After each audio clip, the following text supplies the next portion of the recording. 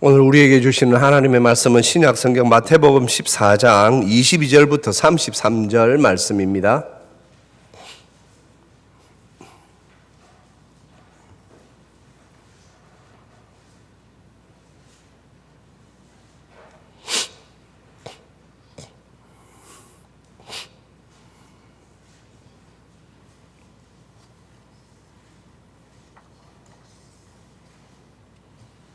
네, 저 어린 성도님들 한 절씩 받들어 읽겠습니다. 예수께서 즉시 제자들을 재촉하사 자기가 무리를 보내는 동안에 배를 타고 앞서 건너편으로 가게 하시고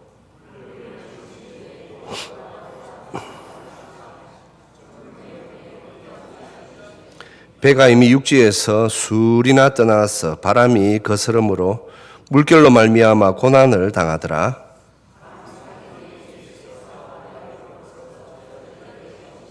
제자들이 그가 바다 위로 걸어오심을 보고 놀라 유령이라 하며 무서워하며 소리 지르거늘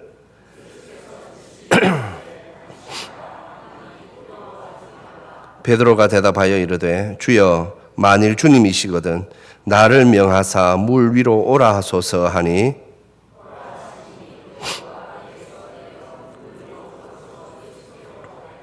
바람을 보고 무서워 빠져가는지라 소리질러 이르되 주여 나를 구원하소서 하니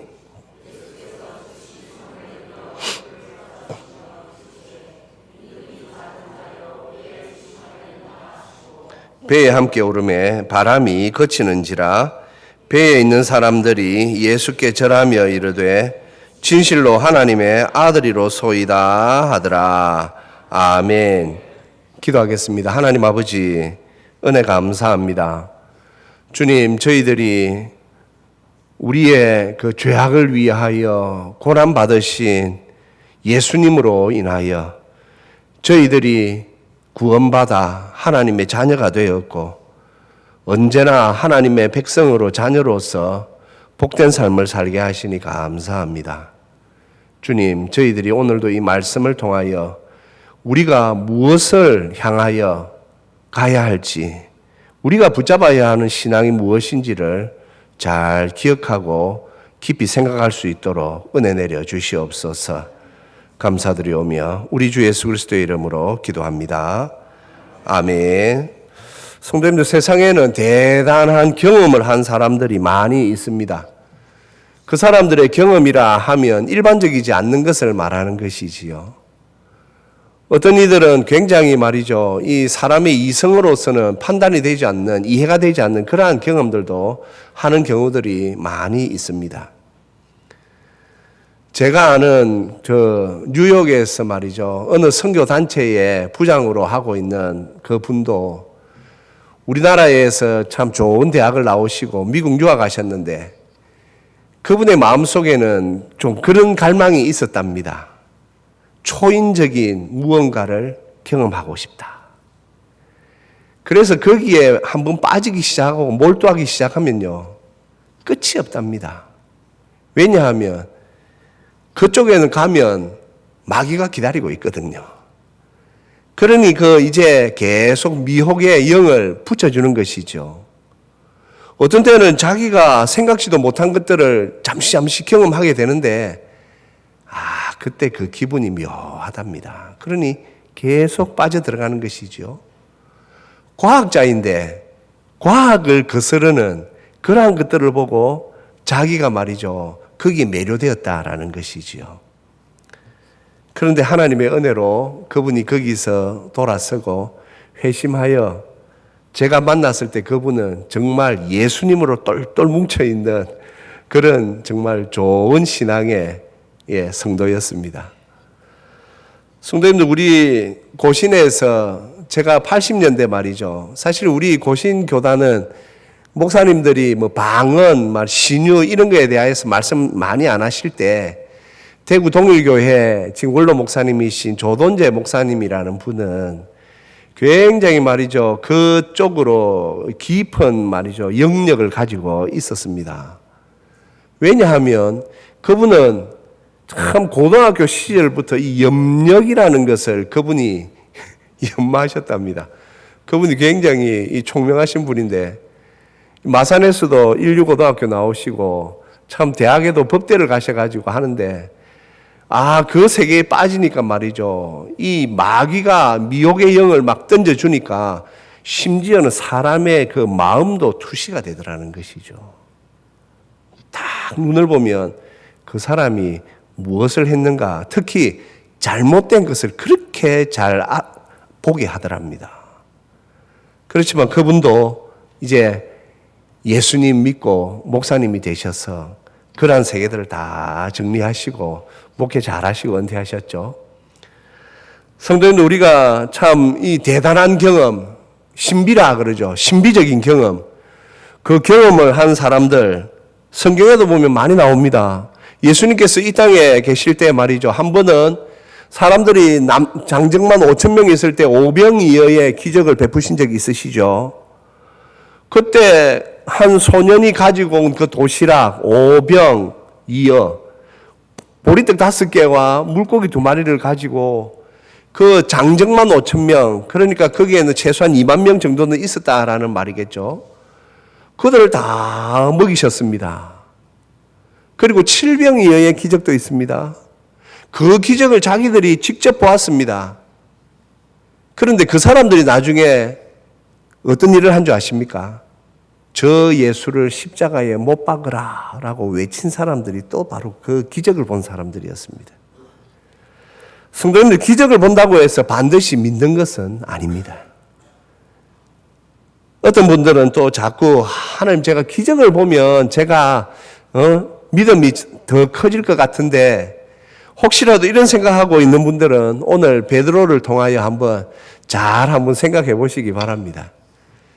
성경에서 또한 말이죠, 참 기적 중에 기적, 이 대단한 경험을 한번 말하자면 아마 이 오늘 본문에 나오는 베드로가 있지 않겠습니까? 세상에 바다 위를 걸었습니다. 성도님들, 바다 위를 걸었습니다. 그것이 쉬운 일입니까? 아닙니다. 엄청난 일이죠. 바다 위를 걸었던 베드로, 말이죠. 우리 주님께서 밤늦게까지 기도하시다가 새벽녘에 이제 오시는데 주님이시니까, 하나님이시니까 바다 위를 걸어서, 갈릴리 바다 위를 걸어서 제자들이 있는 배에 오셨습니다. 제자들이 처음에는 유령이라 하여 난리가 났습니다. 그런데 보니 주님이십니다. 주님이 말씀하십니다. 내니 안심하라. 성도님들, 주님의 말씀은요 다릅니다. 최 목사가 안심하십시오 하는 말과 우리 주님께서 안심하라, 나니 두려워하지 말라, 하나님의 음성은 다릅니다. 그때 제자들이 정신이 바짝 드는 것이죠. 그때 제자들 중 베드로가, 아니 주님, 저도 주님이시거든, 저도 물 위로 오라 하소서. 베드로가 갑자기 또 그런 생각을 했던 모양입니다. 그때 우리 주님께서 주저하지 아니하시고 베드로에게 뭐라고 하십니까? 오라, 오라.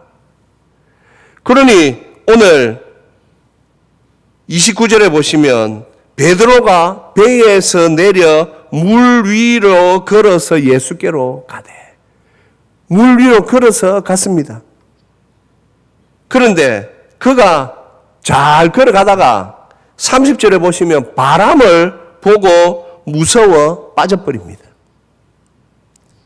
자, 성도님들, 이제 우리가 이 베드로의 생각을 우리가 한번 생각을 해 보십시다. 베드로가, 내가 바다 위를 걸었다. 그것도 저 제자들이 보는 데서 내가 걸었다. 이것에만 매여 살았다면 우리가 아는 베드로는 사라졌을 것입니다.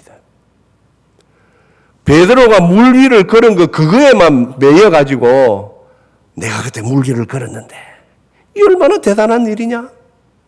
내가 물 위를 걸었는데 지금도 내가 물 위를 걸으려면 어떻게 해야 할까? 베드로는 아마 그 갈릴리 바다를 떠나지 않고 평생 그것만 고민하면서 살았어야 했을 것입니다. 하지만 베드로의 생각은 다르게 했습니다. 내가 어떻게 물 위를 걸었지 그때? 이것을 생각했습니다. 내가 왜 또 빠졌지? 성도님들, 베드로가 나 무리를 걸었어. 내가 이 무리를 걸은 걸 다 사람들에게 다시 보여주고 싶어. 거기에 베드로는 매료되지 않았습니다. 내가 왜 그때 무리를 걸을 수 있었지? 주님의 말씀 때문이었지. 주님께서 오라. 주님께서 오라 하시는 그 말씀에 내가 무리를 걸었어. 그러면 내가 또 왜 빠졌지? 주님만 바라보고 가면 되는데, 주님만 바라보고 가면 되는데 내가 바람을 봤지. 그래서 그때 빠졌지. 성도님들, 베드로에게 있어서 물 위를 걷는 것 자체는 아무것도 아니었습니다.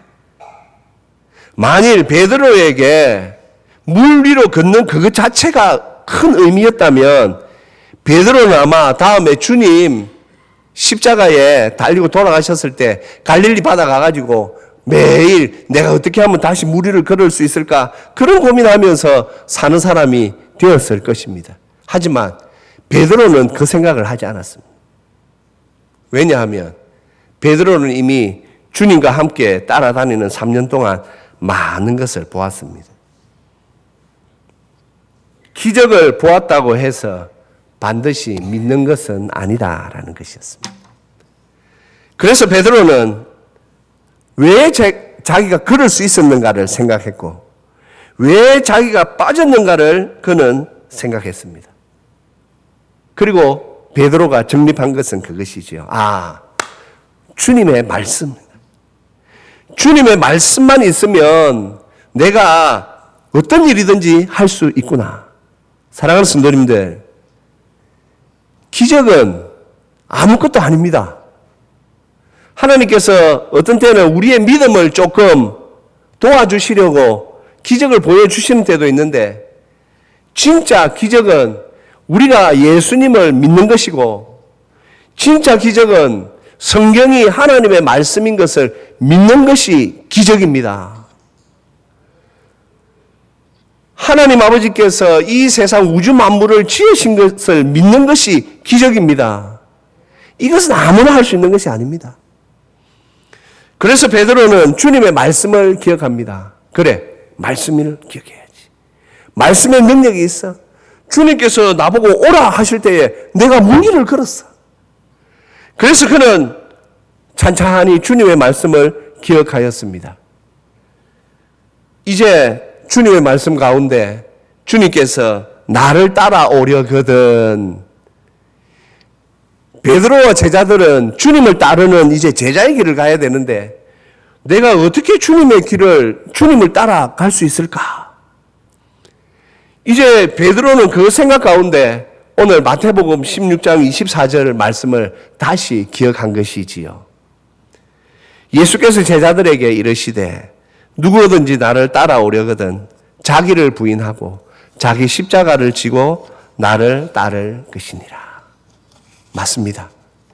베드로는 이 말씀을 기억했습니다. 그래, 내가 주님의 말씀을 잘 붙잡아야지.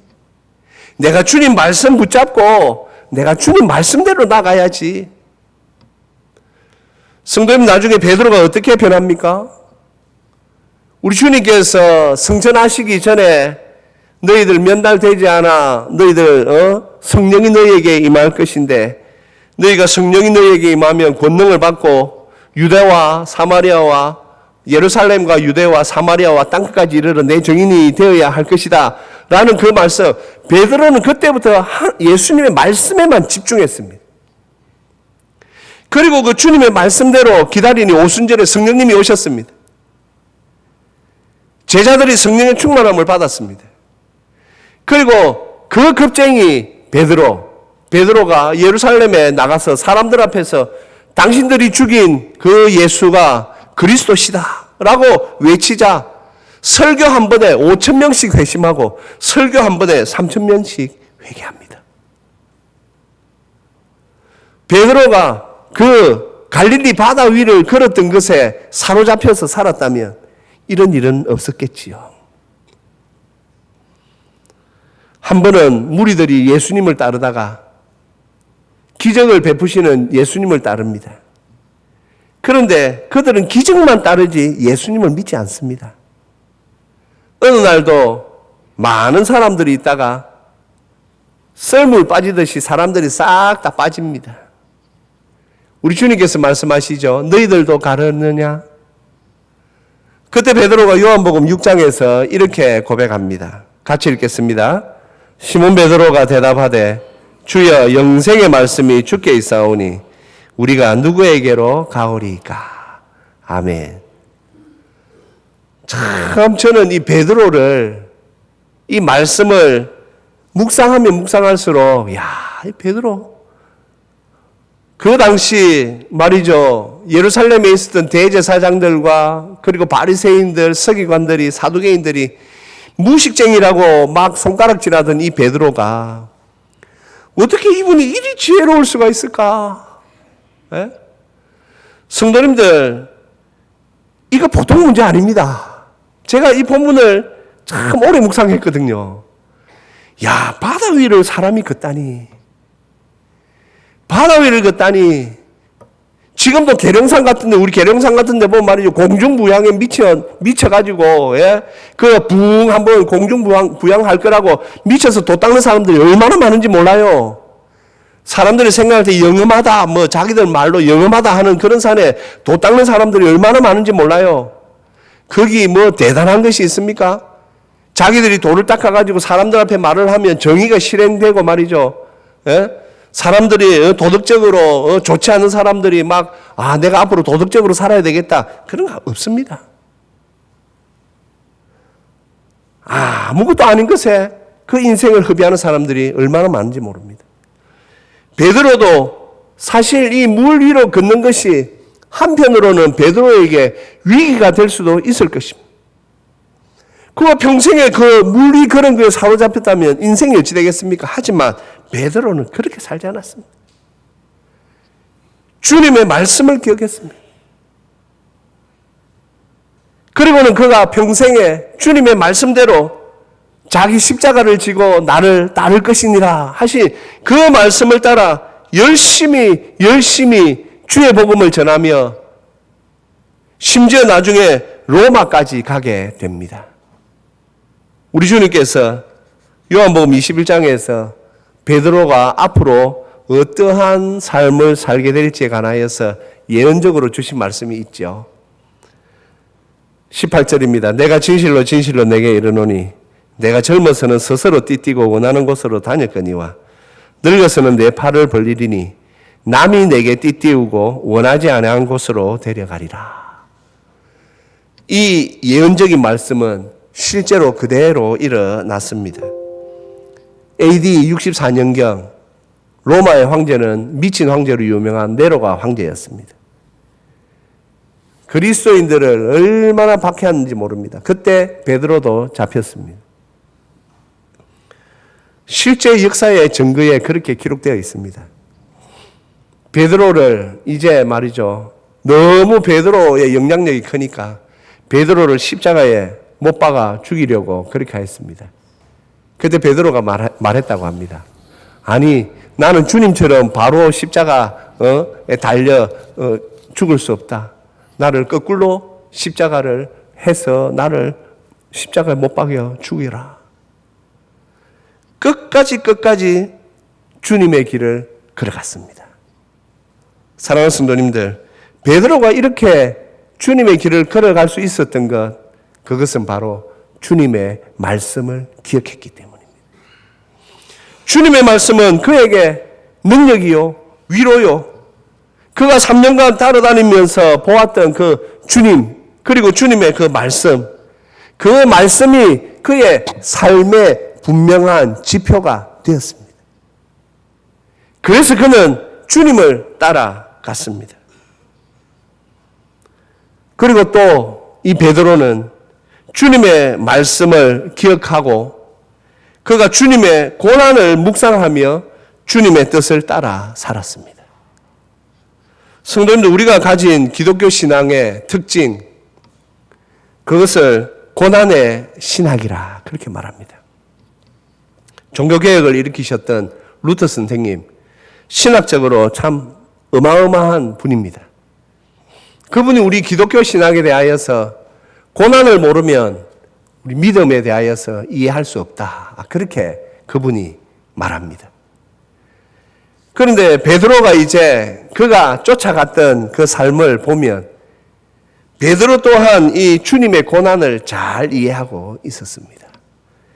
그래서 베드로전서 2장에서 베드로가 이렇게 기록하고 있습니다. 우리 같이 한번 읽겠습니다. 이를 위하여 너희가 부르심을 받았으니 그리스도도 너희를 위하여 고난을 받으사 너희에게 본을 끼쳐 그 자취를 따라오게 하려 하셨느니라. 아멘. 우리 주님께서 고난 받으신 것이 우리에게 본을 끼친 것이라고 합니다. 그리고 그 자취를 따라오게 하시려고 고난을 주셨다라는 것입니다. 그래서 우리 성도들이 가야 하는 길은 고난의 길입니다. 편한 길이 아닙니다. 그러면 지금 우리는 전쟁도 없고 우리를 누가 압박하는 그런 것들도 없는데 우리에게 있어서 고난은 무엇일까? 성도님들, 이것은 우리에게 큰 숙제와도 같은 것이죠. 우리는 너무 말이죠, 우리 스스로가 기적적인 것을 좋아하기 때문에 이런 생각을 하게 됩니다. 우리가 지금 당하는, 우리가 감내해야 할 고난이 무엇이겠습니까? 첫째는 나 자신을 부수는 것이죠. 우리 주님께서 자기를 부인하고 자기 십자가를 지고 나를 따르라 라고 말씀하셨습니다. 이것은 사실 쉬운 것이 아닙니다. 내가 왜 그래야 돼? 맞습니다. 내가 왜 그래야 돼? 라고 우리가 반문을 한다면 그때부터는 답이 나오지 않습니다. 그러나 그렇다면 주님은 왜 우리를 위하여 고난 당하셔야 했어? 답이 없지요. 주님이 왜 우리를 위하여 고난 당하셨지?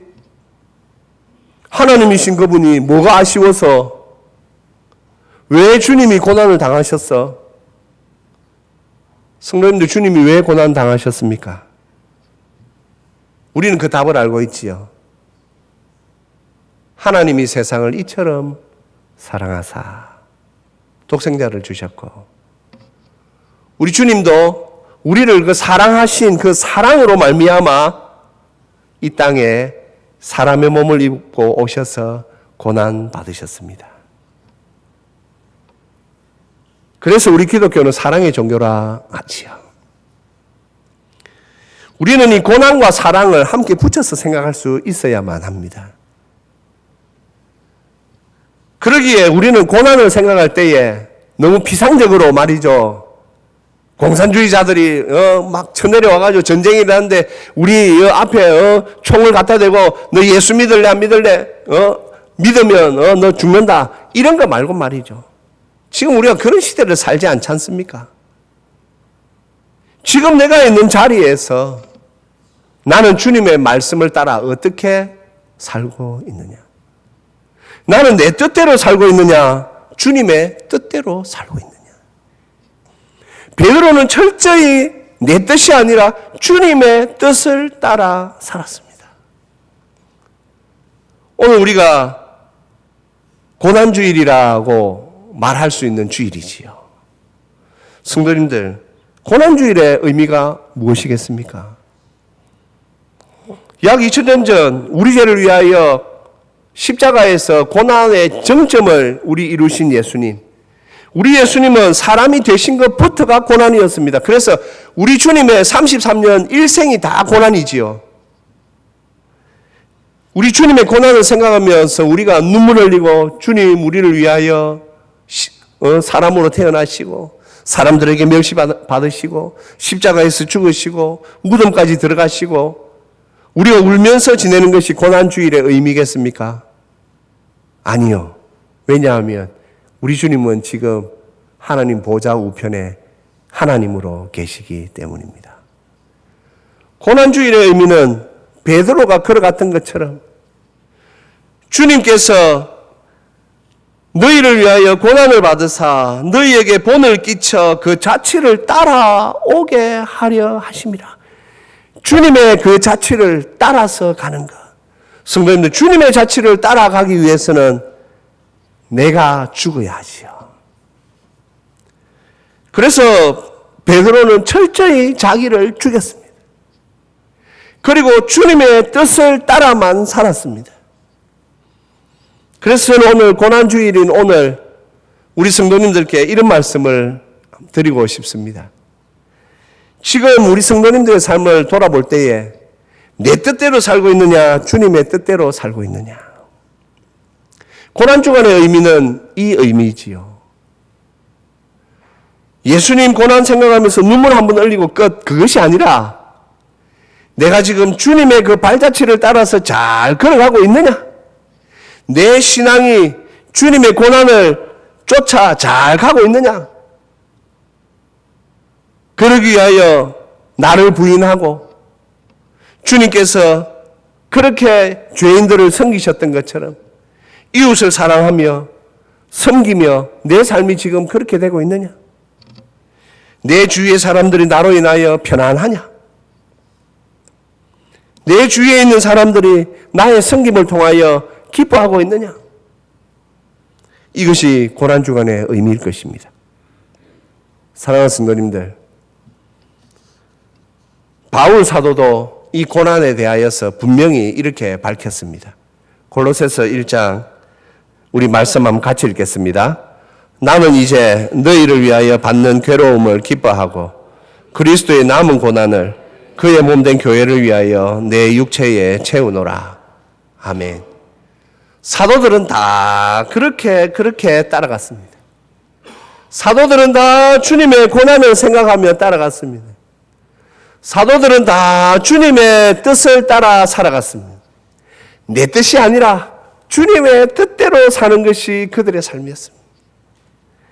우리 신앙의 길도 내 뜻이 아니라 주님의 뜻대로 사는 것입니다. 그러기 위하여 나를 죽여야 합니다. 나를 내려놓아야 합니다. 성도님들, 그리고 주님의 말씀을 기억해야 합니다. 내가 어떻게 해야 조금 더 주님을 따라갈 수 있을까? 내가 어떻게 해야 조금 더 주님이 기뻐하시는 삶을 살 수 있을까? 주님의 뜻은 무엇일까? 우리가 이것을 고백하면서 주님 다시 오실 그날까지 우리가 베드로가 걸어갔던, 우리 신앙의 선조들이 걸어갔던 그 믿음의 길, 주님의 뜻을 따르는 그 길을 사랑하는 우리 중앙교회 우리 성도님들, 저와 우리 모두가 이 주님의 길을 걸어가기 위하여 더욱 애쓰고 힘쓰시기를 주님의 이름으로 축복합니다.